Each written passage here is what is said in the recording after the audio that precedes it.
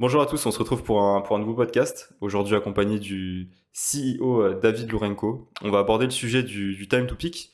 Alors avant de rentrer dans le vif du sujet, je vous rappelle que si vous êtes intéressé par nos services de coaching, n'hésitez pas à aller faire un tour sur nos réseaux sociaux et le site internet. Et bien sûr, si le podcast vous plaît, de pas hésiter à nous mettre à interagir en commentaire sur YouTube et à nous laisser une petite note ou un pouce selon la plateforme. Voilà.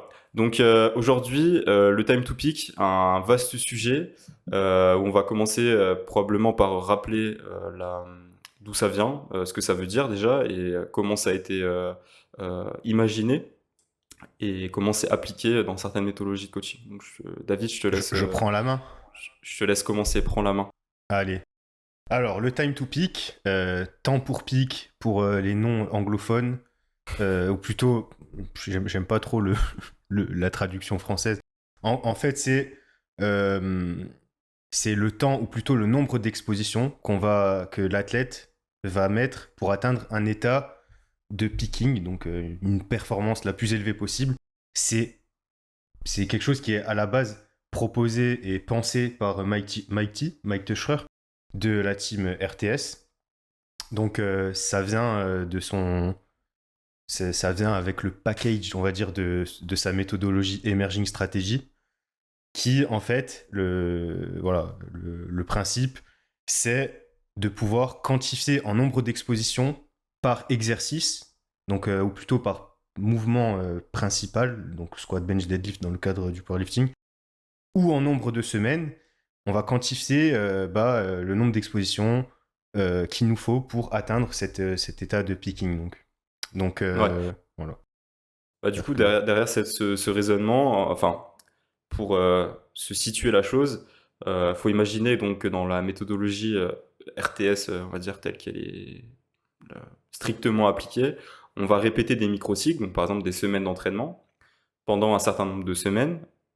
Donc ça, c'est ce qui nous constitue finalement le mésocycle. Et on imagine que donc c'est agencé de façon à atteindre en dernière semaine, qui sera finalement ce time to peak, une performance maximale sur un format donné. Donc quand on parle d'exposition, c'est pas forcément une exposition au développé couché en général ou au squat en général, c'est une exposition par exemple au squat de compétition qui peut être accompagnée dans le reste du microcycle de variations, même d'un bench de compétition, mais avec un format différent. Et donc en fait, le time to peak, c'est par exemple, ça peut être 5 microcycles. Donc en général, dans cette méthodologie-là, l'idée c'est que pour la plupart des gens, enfin l'intervalle est assez large, mais le time to peak va être entre 3 et 12 expositions, donc entre 3 et 12 microcycles, donc ça laisse quand même un éventail voilà, vraiment, vraiment large. Après 12, on va Euh, pas se mentir, c'est des cas très exceptionnels. Ouais. je pense que c'est très exceptionnel. J'ai jamais eu à titre Euh, perso. Je connais personne qui a déjà eu même. ouais, je pense que le plus que j'ai déjà poussé une programmation de ce type-là, c'est sur 10 semaines.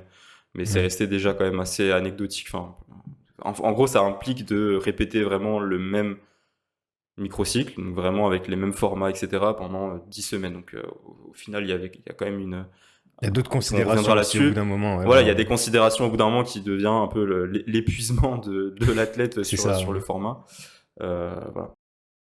ouais je reprends si tu veux bien. Du coup, le time to peak, donc on a dit que c'était soit nombre d'expositions, soit nombre de semaines, donc nombre de microcycles pardon, ou de semaines.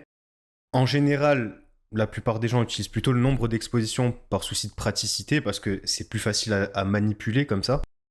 L'idée, c'est que derrière, le but du time to peak, ça se veut de prédire la performance, entre guillemets. Donc, on veut dire, une fois qu'on a testé ce time to peak et qu'on est à peu près sûr de cette donnée-là, nous, ce qu'on veut, c'est de dire, bon voilà, là, notre athlète, si on commence ce bloc maintenant, on sait que dans X semaines ou dans X expositions, il va atteindre un pic de performance qui est relatif euh, au bloc, c'est-à-dire à la performance du début de bloc. On ne parle pas de pic de performance, de faire un PR all-time. Hein.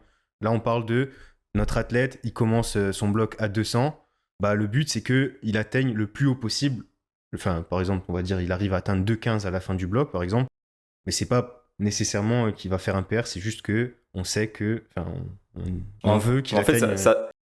ça s'inscrit dans le format donné pour ce bloc. Donc ça peut être très bien un bloc en x8, hein, pourquoi pas. Ou si par exemple en première semaine, effectivement, l'athlète fait 200 x8 RPE7, on imagine qu'en dernière semaine, il va faire par exemple 215 x8 RPE7, donc au bout de 3, 4, 5 semaines. Enfin, il n'y a pas de prédiction en fait de la performance à la fin.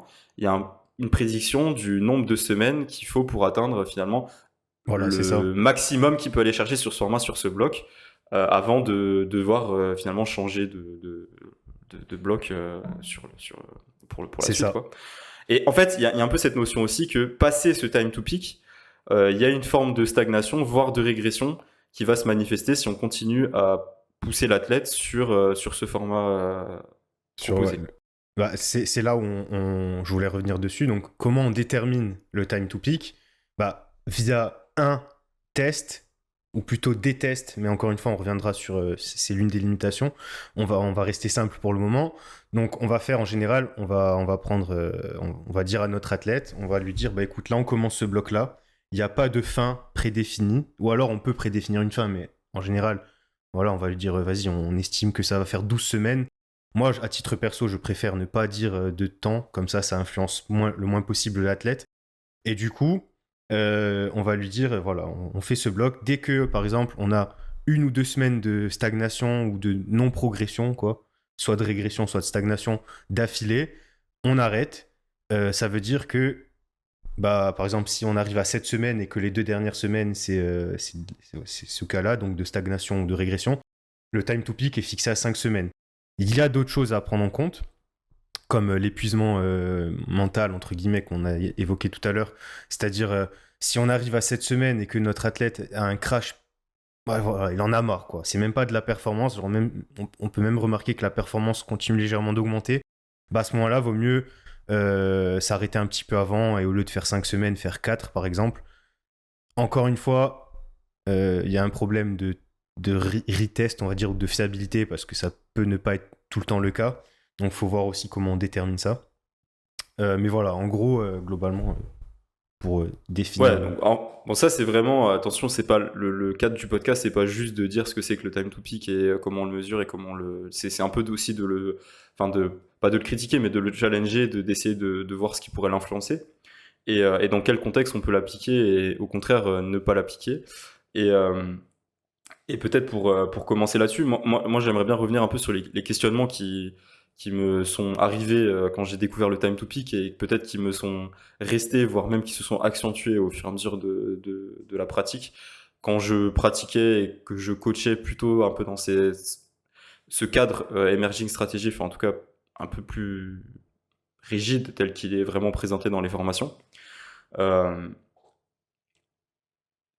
Déjà, voilà, est-ce qu'on peut imaginer qu'un athlète, physiologiquement, du point de vue de la réponse, entre guillemets, euh, physique, puisse arrêter de s'adapter à un format d'entraînement donné au bout de 3, 4, 5, 6 semaines, en fait, et qu'il y aurait une différence interindividuelle qui permettrait de prédire, en fait, ou qui déterminerait cette capacité de l'athlète à reproduire un schéma d'entraînement, certains pendant seulement 3 semaines, 4 semaines, d'autres pendant 6 ou 7 semaines. Ça, c'est toujours quelque chose qui m'a un peu interrogé. Je me suis dit, c'est possible, il y a des différences interindividuelles, mais finalement, comment est-ce qu'on expliquerait? C'est un peu comme choquer le muscle, finalement. Pourquoi est-ce qu'on expliquerait que au bout de 4 semaines, il faille physiologiquement changer le stimulus pour l'athlète? Et d'ailleurs, il y avait un peu, et c'est un peu ce qu'on a abordé, on a parlé d'ailleurs un peu du time to peak avec Damien dans le podcast sur le deload, sur le pivot. Il y avait cette notion un peu dans le pivot de resensibiliser l'athlète au stimulus. Donc en fait, c'était pensé un peu de façon, et c'est pensé un peu de façon où on stimule l'athlète, le stimulus arrête de fonctionner, on resensibilise l'athlète, on le reprépare à le restimuler, et on espère comme ça garder un élan de progression continuel, enfin par vague en fait finalement. Donc pour moi j'ai cette question, voilà, la première question, à quel point est-ce qu'on peut imaginer qu'un athlète arrête de répondre physiologiquement à un protocole? Comment est-ce qu'on explique qu'il puisse y avoir des différences aussi marquées d'un athlète à un autre physiologiquement qu'un athlète au bout de 3 semaines, 4 semaines, ou au contraire 8 ou 10 semaines, euh, puisse avoir besoin de changer de bloc. Et ensuite, il y avait des questions un peu plus fines, on va dire, sur la structuration du coup des microcycles.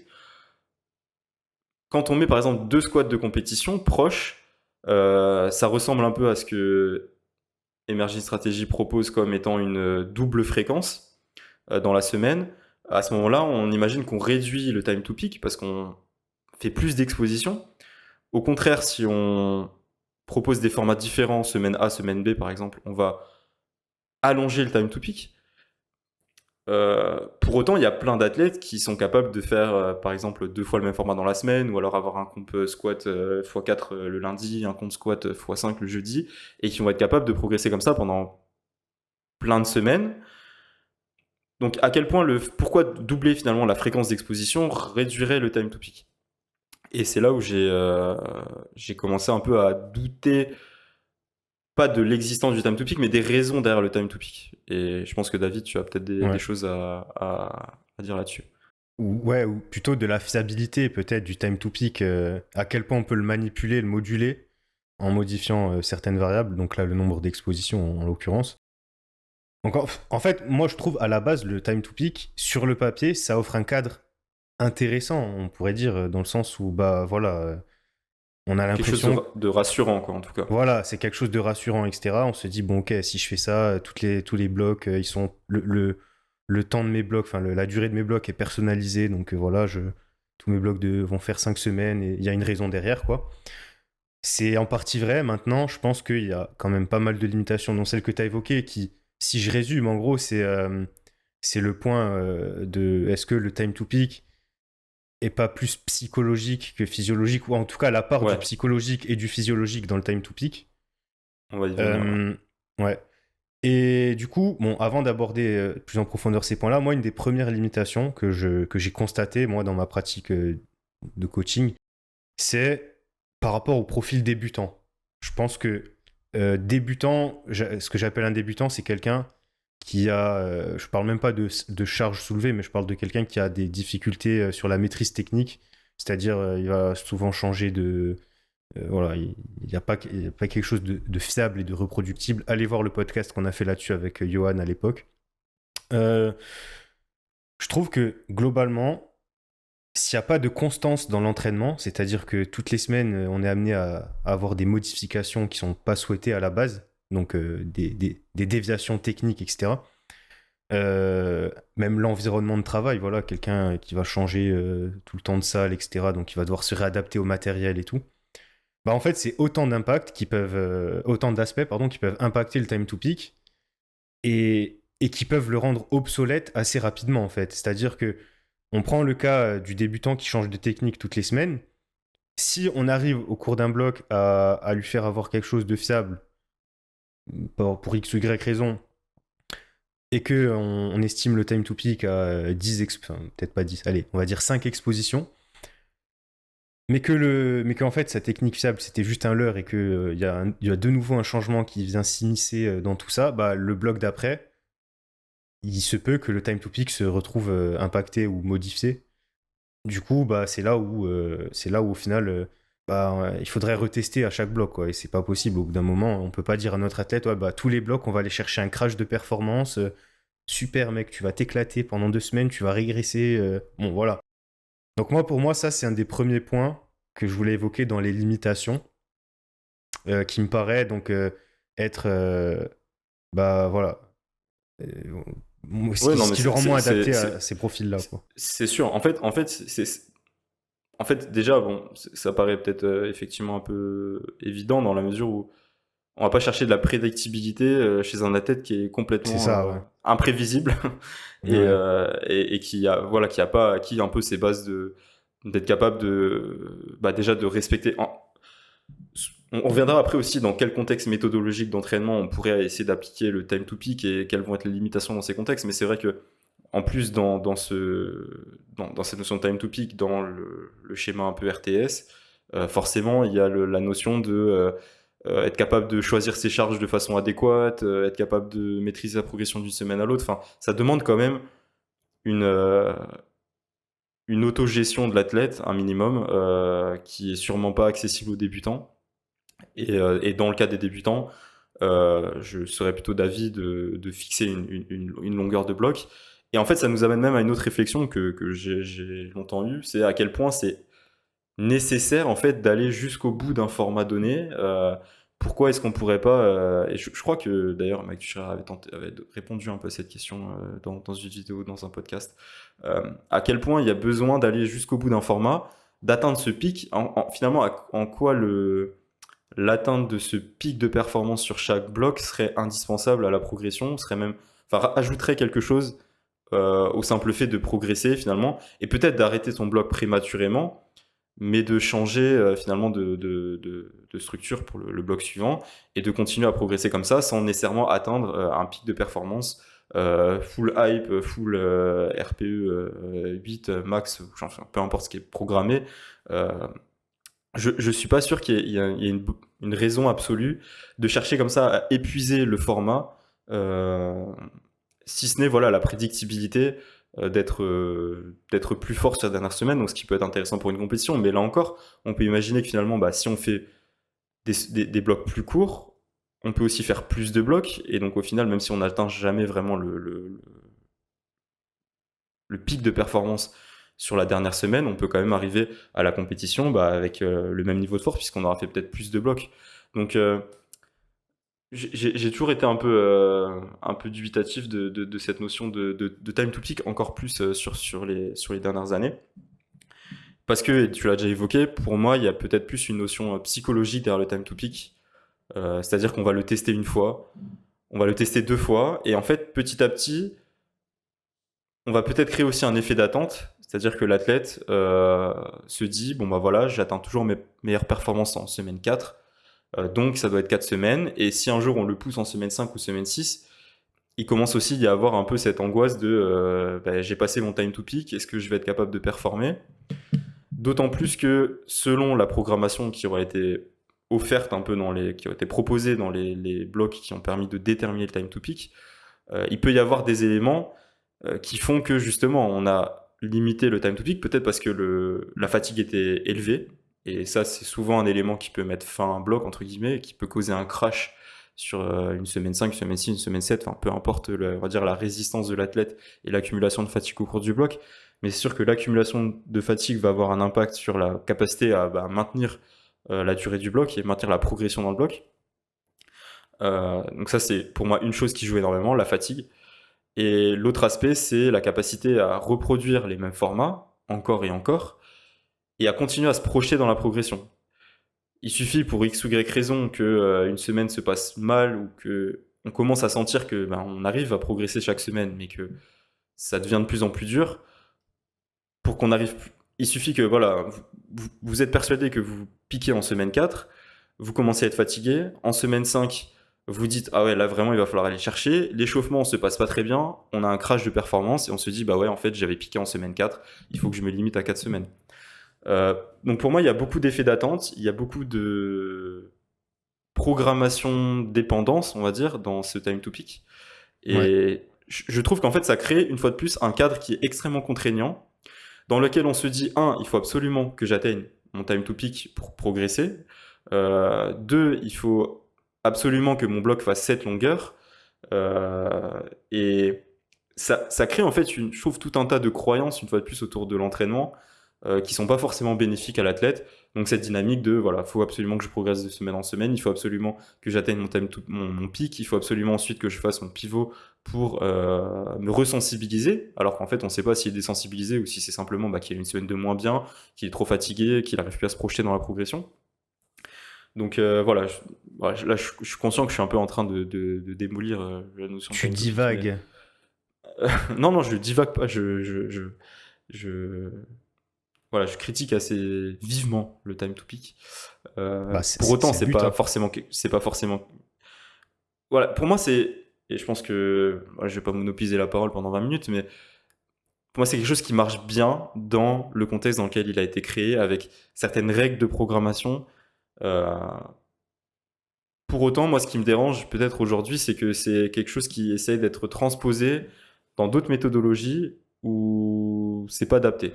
Et voilà, je te laisse la parole, mais je reviendrai peut-être après là-dessus. Ouais. Bah, moi, je vais revenir un petit peu sur l'effet d'attente que tu as parlé. En fait, c'est même un effet, je sais pas si ça s'appelle comme ça, mais un conditionnement, en fait. On peut même arriver à conditionner l'athlète à se dire, comme tu dis, semaine 4, je pique, donc il va se préparer comme ça. Moi, je pense que derrière, ça influence le comportement de l'athlète.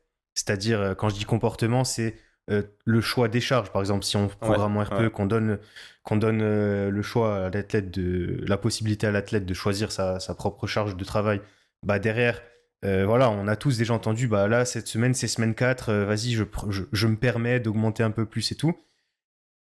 Parfois à raison, hein, si ça peut amener un PR et que voilà, on peut dire que c'est OK. Maintenant, c'est pas toujours souhaitable non plus. Des fois, on essaye aussi de créer une dynamique à plus long terme sur une séquence de blocs, de deux trois blocs, pardon.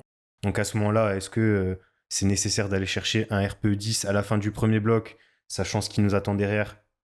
Pas sûr. Déjà, voilà, il y a ce point sur lequel je voulais revenir dessus. Ensuite, c'est vrai que tu as abordé beaucoup de points, mais euh, moi, je pense qu'il y a un autre point qui est important à discuter, c'est le fait que, en fait, le time to peak, souvent, on le teste que très peu de fois, en fait. Souvent, on va le Ouais, faire une ouais. fois, on va le faire. J'allais, Ouais, En fait, tu te demandes si c'est pas un espèce de cercle en fait où tu détermines le time to peak une ou deux fois. Finalement, en fait, tu établis une structure qui est dépendante de ce time to peak. Et du coup, l'athlète après commence à faire ses choix de charge en fonction du time to peak. Et donc ça renforce la certitude que le time to peak est bon. Mais en fait, peut-être que si sur ton test, tu t'étais, entre guillemets, décalé de 2 semaines parce que le test avait révélé quelque chose d'autre, tu aurais très bien pu construire cette structure-là sur 5-6 semaines au lieu de 3-4 semaines, en fait. donc Donc, en voilà, fait, là, là, c'est un peu un là, auto-renforcement du time to peak, quoi. on est en train de vous dire que le time to peak, c'est un raisonnement circulaire, voilà. On dit les termes. Non, mais en fait, voilà, il y a le truc on le teste qu'une fois. Parfois, il y en a qui vont dire, je vais l'affiner, fine-tune, comme on pouvait entendre à l'époque. Euh, en pratique, je sais pas si beaucoup de gens le font. Moi, je trouve que je suis un peu plus ouvert à des pratiques réactives là récemment, que ce soit sur les deloads, on en a déjà parlé sur le podcast avec Damien du coup, mais que ce soit aussi sur la longueur des blocs. J'ai plus cette attache au time to peak que je pouvais avoir avant, c'est-à-dire vas-y, là c'est 5 semaines, donc on fait 5 semaines, quoi qu'il arrive limite. Euh, Aujourd'hui, j'ai moins de mal à prolonger un bloc ou à l'inverse, Raccourcir. le raccourcir, voilà, si en fait les circonstances s'y prêtent, quoi. Donc voilà, mon athlète, je vois, il arrive admettons, on sait que le time to peak c'est semaine 5, je vois qu'en semaine 5 il en a encore sous le pied, et que c'est ce qu'on veut, d'aller chercher une grosse performance, bah on va le faire, on va faire la 6e semaine. Si mon athlète il en a sous le pied que au squat, mais pas sur le bench et le deadlift, bah on prolonge une semaine au squat et on fait autre chose éventuellement, où on diminue un petit peu le volume, etc. Voilà, on trouve un moyen de bricoler, entre guillemets, Ouais, pour que ouais. ça le fasse. Et au contraire, si mon athlète arrive au bout de 3 semaines, bah, en fait, le bloc, il lui convient pas du tout, les perfs sont en dégringolade totale, bah, on va arrêter au bout de 3 semaines et on poursuit l'aventure avec un autre bloc. Ouais.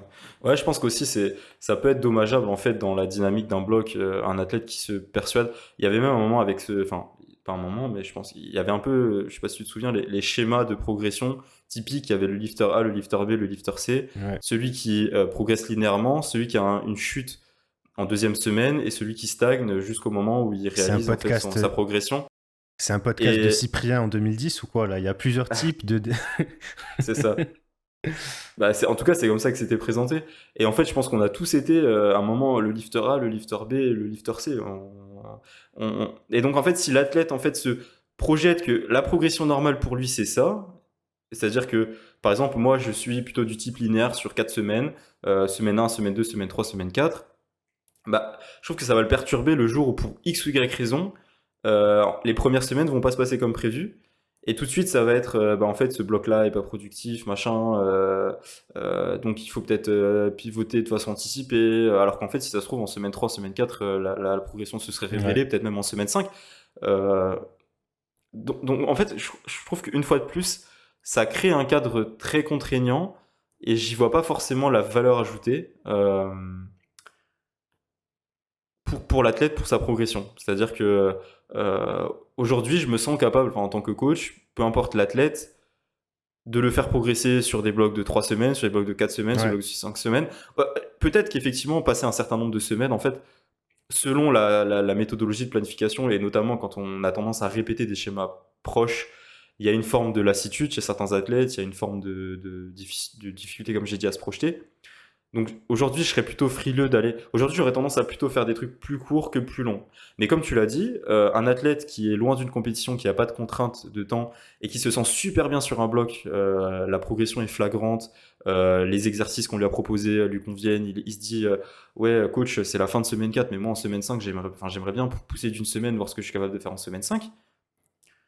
Bah, enfin, je vois absolument pas de raison de ne pas le faire. Et j'avais cette discussion un peu avec bah, une athlète là qui prépare les championnats de France, qui se reconnaîtra, qui avait l'habitude en fait de faire des blocs de 3 semaines parce que pour elle son time to peak était de 3 semaines. Alors c'était peut-être pas formulé comme ça, mais c'était un peu l'idée que elle atteignait elle pouvait pas aller au-delà de 3 semaines. Et en fait, je pense que c'était aussi beaucoup lié à la façon dont le bloc était construit, c'est-à-dire que Ouais, ça c'est un bah, point.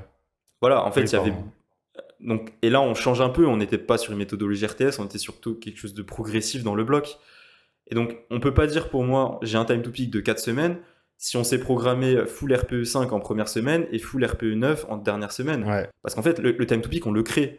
C'est c'est évident que ça. l'athlète va avoir un crash parce qu'on va avoir accumulé beaucoup de fatigue sur la dernière semaine.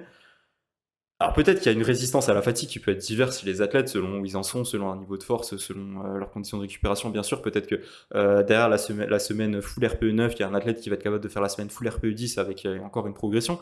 Mais en fait, si votre bloc est structuré de façon à ce que bah voilà, sur 4 semaines, vous vous épuisez et ensuite il faut repartir sur autre chose, bah oui, vous avez un time to peak de 4 semaines, mais c'est parce que c'est vous qui l'avez voulu. C'est ça. En fait, Et c'est un peu. Je te coupe, excuse-moi. non, Tu non, voulais mais finir. Ouais. il faut me couper parce que je m'emballe. C'est c'est un peu un time to peak artificiel en fait qu'on crée. Par exemple, si on prend le cas des RPE ascendants, on peut pas, pour moi, on peut pas dire j'ai déterminé le time to peak avec mon athlète, alors que la programmation, elle se base sur des RPE ascendants, donc on crée une sorte de fausse linéarité dans la programmation. Ouais. Le but du time to peak, c'est à la base, c'est une observation de comment répond l'athlète à un stimulus répété, donc le même stimulus. Donc Ouais, c'est une notion passive, enfin, c'est si ça. je puis dire. Oui, Alors on qu'aujourd'hui, on a essaie d'appliquer des fois le time to peak de manière active. C'est Bah, ça. On n'agit pas très bien. dessus. Pourquoi pas? Enfin, pourquoi pas finalement euh, pourquoi pas créer ce time to peak. Après, moi, je pense que même quand on le crée, ce qui est important, c'est quand même de monitorer la réponse de la tête. C'est-à-dire que c'est pas parce qu'on met des RPE 9 et que la tête soulève plus lourd en quatrième semaine qu'il est plus fort en quatrième semaine. C'est ça. Peut-être que justement, ce qui peut se dessiner, c'est de se rendre compte que, bah, en fait, l'athlète, il a bien progressé pendant les 3 premières semaines et qu'en quatrième semaine, il s'est écroulé. Ça veut déjà peut-être dire qu'en fait, il aurait dû passer plus de temps dans les intensités ou les charges d'entraînement qui étaient plutôt en début de bloc. Ou inversement, peut-être qu'on va se rendre compte qu'en fait, il se passe pas grand-chose entre la première, la deuxième semaine ou la troisième semaine et que c'est plutôt à la fin qu'il se passe quelque chose. Ça veut dire que peut-être il faut passer plus de temps dans les intensités et les charges d'entraînement plus élevées. Donc voilà, moi j'y vois les deux problèmes. Dans la formulation RTS du time to peak, j'y vois un truc passif, mais finalement qui est un peu enfin, En pas fait, artificiel du coup, mais qui est observationnel, mais dont la qualité de l'observation est peut-être pas bonne, et finalement on s'auto-renforce après dans la validation de cette observation, versus dans les planifications, les méthodes d'entraînement, enfin les méthodologies de planification qui sont peut-être plus à la mode ces dernières années, de blocs progressifs avec une incrémentation des RPE, du volume d'entraînement, etc. Bah là, c'est le time to peak, il est artificiel, donc ouais. c'est dans les deux Moi, cas, tu je vois, trouve. oui, vas-y, pardon. Non, non, vas-y, des fois j'arrête ma phrase en plein milieu. Dis dans les deux cas, non, fini, mec. Va au bout de, Non, mais. Mène Dans, tes actions jusqu'au... Non, mais dans les deux cas, finalement, la notion, elle peut être mal comprise, mal utilisée et un peu erronée et limitante, en fait, pour l'athlète. Parce qu'au final, euh, voilà, là, dans l'exemple que je citais, bah, finalement, voilà, maintenant, on fonctionne sur des blocs de 4 semaines où ça se passe très bien. Si on n'avait pas la limitation des championnats de France qui arrivent et où on n'avait pas dû, finalement, créer une structure quand même assez euh, reproductible en termes Encadré. Ah. de durée, voilà, rien n'aurait empêché de pousser un certain bloc d'une semaine de plus. Et là, finalement, on se retrouve à faire un bloc pour les championnats de France qui est plus court, parce qu'en fait, on n'avait pas un nombre pair de semaines. Enfin, comme c'était aussi le début de notre collaboration, il a fallu tester des choses. J'ai préféré maintenir des blocs de 4 semaines pour les deux premiers. Donc là, on a un bloc qui est plutôt en fait, de 3 semaines. Enfin, la compétition tombe sur la troisième semaine. Bah, c'est pas grave finalement parce qu'on a quand même pu générer de la progression en amont. Je sais que si on contrôle la charge d'entraînement et qu'on contrôle un peu les formats qui sont proposés pour se préparer en fait à faire des max sur le plateau, il n'y a pas de raison que ça. Il y a rien de magique en fait. Bon, et là on va plus vers aussi ce que c'est que le picking parce que forcément la notion de time to peak ça implique le picking. Est-ce qu'un athlète, enfin, est-ce qu'il y a besoin de quelque chose de magique particulier pour piquer pour une compétition, pour une fin de bloc, etc. Bah, moi, je reste convaincu que non. Et Attends, je vais sortir ma phrase préférée. Ce sujet est intéressant, mais cela dépasse le cadre de ce de ce podcast. podcast, exactement. Voilà. Non, mais bon, comme Euh, on parle de time to peak, il y a quand même ouais. un peu la notion de picking. Et donc, en fait, finalement, on peut amener l'athlète à performer super bien sur un time to peak qui n'est pas, entre guillemets, le sien ou dont il n'a pas l'habitude. Peut-être qu'il aurait été plus performant la semaine d'après. Ok, mais bon, du coup, c'est une semaine que tu as pas dans la préparation. Donc, la question Ouais. se pose pas vraiment, quoi. Moi, le time to peak tel que présenté dans la méthodo RTS, en fait, j'y vois quelque chose d'assez fiable dans le concept, mais aussi d'assez, comment dire, il est très assujetti enfin, à toutes sortes de paramètres externes qui peuvent le perturber, assez perturbable, je sais pas si je peux dire comme ça. Genre, c'est quelque chose que, quand on le détermine dans un certain contexte, on n'est pas sûr que dans un autre contexte qui peut parfois ne pas tant varier que ça. En fait, je sais pas si c'est quelque chose de si fiable que ça en réalité. Je sais que Mike T le présentait comme justement une donnée assez fiable et que d'après lui et ses observations sur ses athlètes, bah c'était assez constant et voilà, il retrouvait souvent la même chose. Encore faudrait-il, bah, comme tu as dit plusieurs fois, Ben, que que ce soit pas un peu artificiel, quoi, et que ce soit pas l'athlète qui se monte, qui se fait tout un schéma dans sa tête et qui finalement finit par piquer dans le temps imparti. Mais c'est vrai que voilà, on le définit dans un contexte, mais on sait très bien que ce Bah, contexte on évolue. on le définit avec une certaine charge d'entraînement, avec un À un certain moment niveau de donné, avec l'athlète, avec avec un état un. d'esprit de l'athlète à un Voilà. moment donné, avec une disponibilité de l'athlète à un moment donné. Donc voilà, hein, on connaît tous le cliché du powerlifter au chômage qui performe à fond et voilà, parce qu'il il fait que ça. Mais, mais voilà, c'est un peu ce que je veux dire par là, c'est que c'est enfin, je trouve que c'est très contextuel et que c'est pas. Voilà, que on peut. Voilà, si c'était un pendule, le moindre petit coup, ça peut le faire décaler, quoi, un petit peu, quoi. Ouais, c'est C'est pas ça. un Sauf qu'au pendule. final, en fait, après, les effets d'attente font que tu arrives quand même à retomber dessus, mais de façon Ouais, oui. un peu artificielle. Voilà. C'est-à-dire que l'athlète va faire en sorte de chercher la performance en quatrième semaine parce que Ouais. c'est Justement, la tu dernière vois, semaine. juste je termine sur ce que je voulais dire. Euh, je me dis peut-être que, bah après, ça nécessite que l'athlète ne fasse pas trop de compétition, ben voilà, qu'il soit disponible et disposé à faire ça, que en le testant régulièrement et dans différents contextes, on pourrait se faire une idée plus précise du time to peak en fonction justement des différents contextes et peut-être avec différentes charges d'entraînement, enfin volume, etc. Après, ça se discute parce qu'on va En pas fait, juste en fait, augmenter le volume juste pour. en fait, Voilà. ma question aujourd'hui, c'est même si on pouvait le faire, enfin, en fait, qu'est-ce que ça apporterait pour l'athlète? Bah justement, Euh, ça sert à quoi finalement le time to peak? On y vient. Moi, ben, en théorie, de prédire la performance. Moi, aujourd'hui, j'ai tendance à penser que si la charge d'entraînement elle est bien gérée, si on trouve au fur et à mesure des blocs, indépendamment du time to peak, euh, les choses qui conviennent à l'athlète, que ce soit techniquement, en termes de charge d'entraînement, en termes de sélection d'exercice, qui font plaisir à l'athlète, qui augmentent son plaisir à l'entraînement, son envie de performer, de s'entraîner. Et aujourd'hui, du coup, j'ai plutôt tendance à anticiper, on va dire, la modification de la planification. Déjà, il y a effectivement comme on l'a dit tout à l'heure, les programmations qui incluent du coup une progressivité, par exemple les RPE, enfin Dans l'intensité l'intensité de au l'entraînement, ouais. fur et à mesure du bloc, qui permettent de créer une dynamique des fois qui casse un peu le, la routine à l'entraînement, c'est-à-dire que l'athlète il va être plus ou moins impliqué, plus ou moins fatigué, plus ou moins hypé à certaines phases du bloc.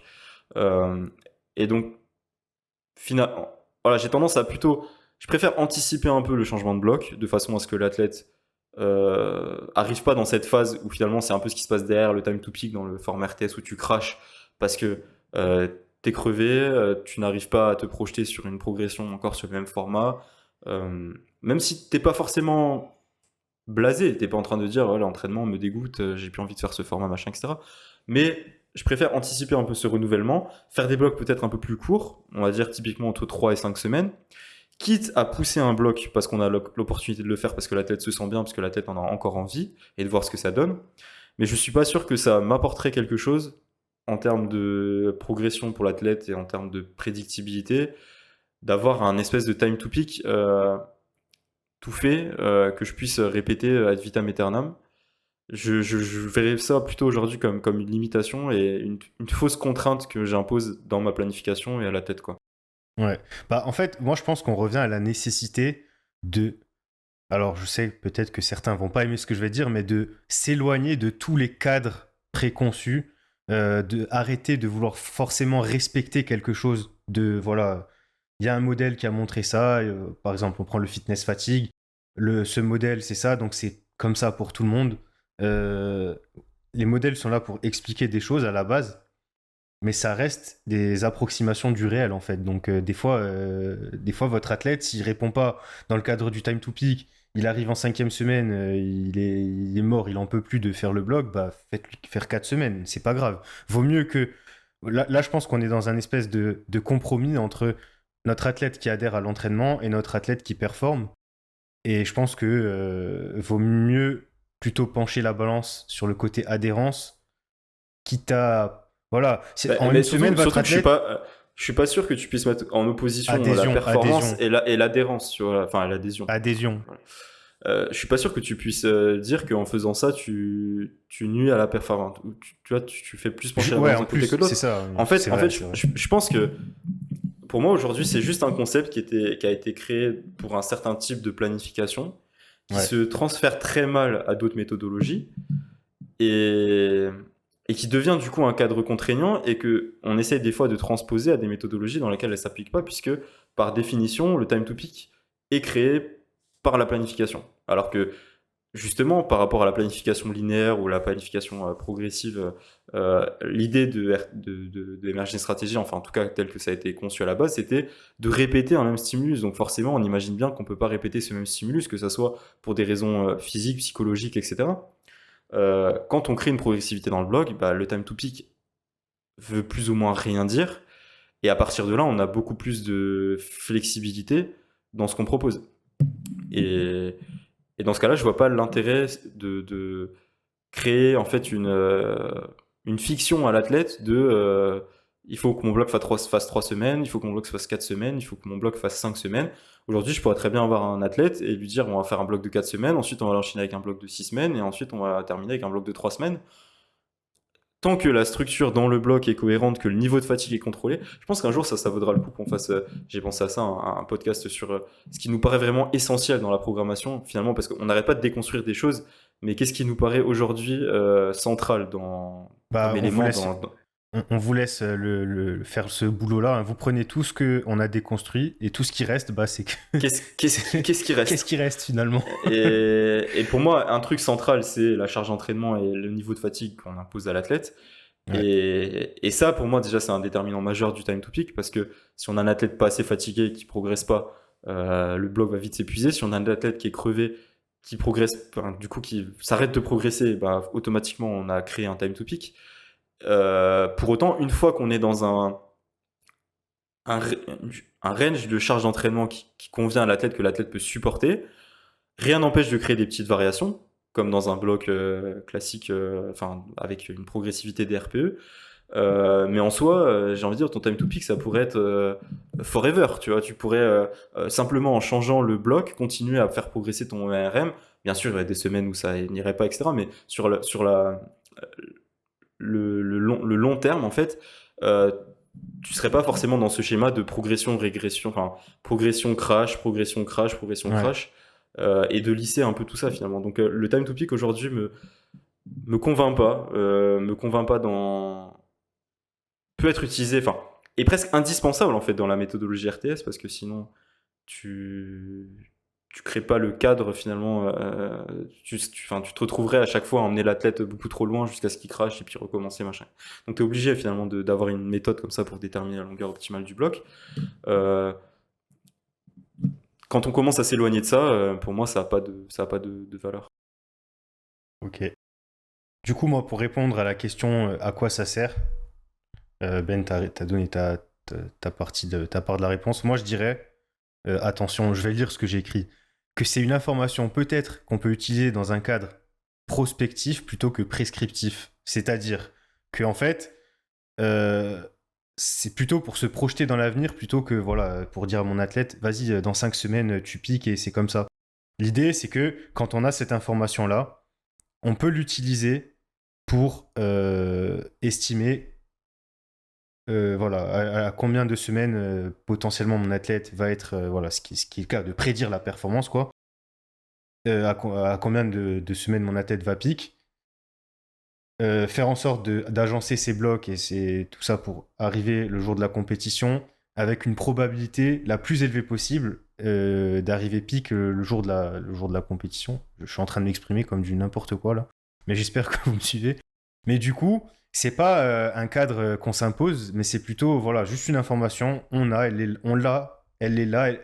J'arrive plus à m'exprimer. Elle peut, elle peut donner confiance à l'athlète. Voilà, il sait que enfin, en fait, on va même utiliser peut-être même les leviers qu'on a dénoncés un petit peu de style l'effet d'attente et tout. Bah, peut-être c'est l'occasion de l'utiliser ça, de mettre son athlète dans un espèce d'environnement où il se dit bah vas-y là dans 5 semaines normalement je suis Ouais, c'est pique. ça, c'est une espèce de c'est le time to peak est un placebo, voilà, conclusion du podcast.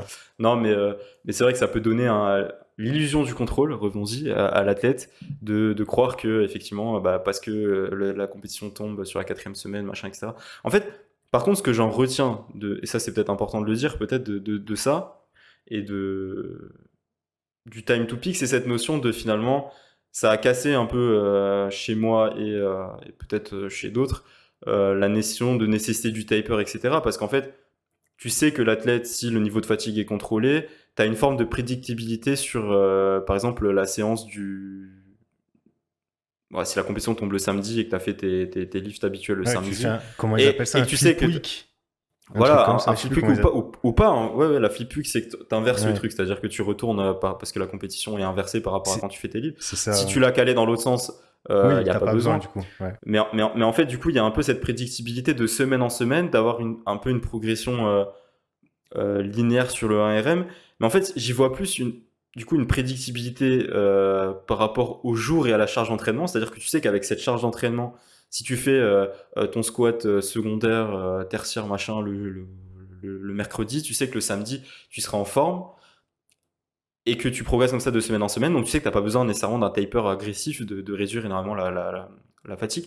Donc là, j'y vois un peu, mais du coup, on sort du contexte du time to peak. Mais j'y vois quand même, en étant partie de cette notion-là, un intérêt prédictif de savoir que ben, voilà, l'athlète est capable pendant un certain nombre de semaines de progresser avec le programme que tu lui donnes parce que la charge d'entraînement est adaptée et parce que la charge d'entraînement sur les jours secondaires ou tertiaires lui permet de s'exprimer Ternaire, non? sur la Ouais, ça se dit ternaire. tertiaire. Tertiaire, c'est le secteur, non Ouais, mais j'aurais Attention, les tendance à dire. gars. Non, non, non, non, non. Attention.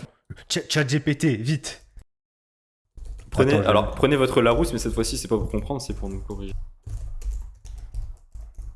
je donne un ordre à ChatGPT. Apparemment, il faut lui dire s'il te plaît, parce que si un jour il prend le contrôle...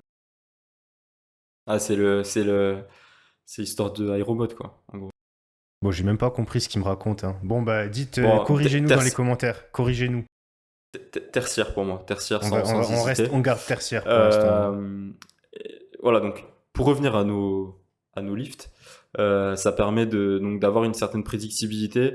Bah, en fait, pour moi, c'est plus se rassurer qu'on n'a pas dépassé le time to peak, où on va avoir un espèce de crash parce que ça fait trop longtemps qu'on est sur le même type de bloc, sur la même planification. Euh, et qu'on sait que sur ce jour-là, donc par exemple ce samedi qui va correspondre à la troisième, quatrième, cinquième semaine, on va avoir un athlète en forme par rapport à sa capacité à performer habituelle. Au-delà de ça, honnêtement aujourd'hui, j'y vois assez peu de valeur, si ce n'est s'enfermer voilà un peu dans un schéma qu'on va répéter perpétuellement, sans être convaincu enfin en étant convaincu de sa validité, mais en fait cette conviction elle provient probablement de notre croyance quoi, et de notre postulat de départ. Voilà, bon. En conclusion, l'outil, le concept est intéressant. En pratique, il y a beaucoup de limitations qui font que il peut ne pas être fiable. Je pense que enfin, ceux qui nous écoutent, peut-être qu'il y en a qui ont eu des bonnes expériences avec. Moi, je sais que c'est un outil que j'ai utilisé pendant pas mal de temps, en vrai, hein. Peut-être pas mal d'années, où du coup, j'avais fixé mon time to peak à 5 semaines et tous mes blocs étaient de 5 semaines pendant de longues années. Je pense qu'il y a eu des blocs où j'aurais pu pousser plus loin, il y a eu des blocs où j'aurais dû m'arrêter avant. Euh, Au final, je pense que je m'en suis plutôt bien sorti, mais en tout cas, c'est aussi une partie de la qui m'a fait remettre en question ce concept-là de time to peak. Et c'est pour ça qu'on est là aujourd'hui. Voilà. Voilà. Bon, en fait, voilà, si je devais conclure, je dirais que Ma conclusion, elle était euh, pas bien. non, mais j'aime bien tu sais, Non? Ok. reconclure. Mais Ok. si, il faut que j'ai le dernier mot, c'est tout. Non, mais en fait, voilà, enfin, j'ai pas envie de paraphraser, mais effectivement, c'est un concept qui est intéressant, mais une fois de plus, c'est un espèce de modèle qui finalement s'avère pas toujours, c'est pas toujours exact.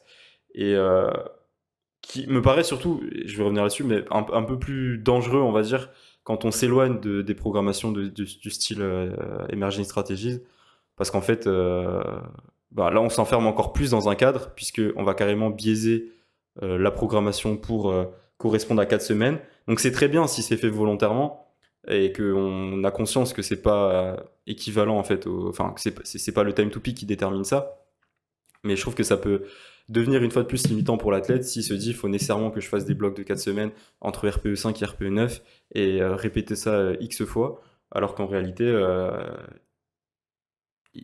son time to peak n'est pas de 4 semaines, il le crée et il pourrait très bien Ouais. explorer d'autres formats, d'autres longueurs de blocs, d'autres progressivités dans ces blocs. Et voilà, une fois de Ouais, bah, plus, on revient à l'histoire un peu de la croyance limitante, du cadre limitant ouais. qu'on se construit. Ouais, bah, ça me fait penser, moi je rajouterais, du coup, dans ta conclusion, que au final, peut-être que pour les gens, les profils qui répondent bien à des formats fixes, peut-être que c'est plus pertinent pour eux justement d'aller chercher ce time to peak, tout en peut-être gardant un peu de recul dessus, évidemment, par rapport à tout ce qu'on a dit. Mais voilà, il y a peut-être des gens, comme j'ai dit tout à l'heure, pour qui ça c'est quelque chose de plutôt fiable, donc ne vous en privez pas, hein, si c'est votre cas, voilà. Donc voilà, je m'arrêterai là, je vais pas... Ça fait quand même 50 minutes, je crois qu'on parle là. Ouais, je pense Euh, le pic était plutôt à 40 minutes. Là, on est en train de crash un ouais, petit peu, donc on est en train de crash là, ouais. on Mais va bon. arrêter ce podcast. Bah écoutez, merci de nous avoir suivis jusque-là. Dites-nous ce que vous en avez pensé dans les commentaires. Donnez votre avis pour ceux qui ont une expérience avec le time to peak.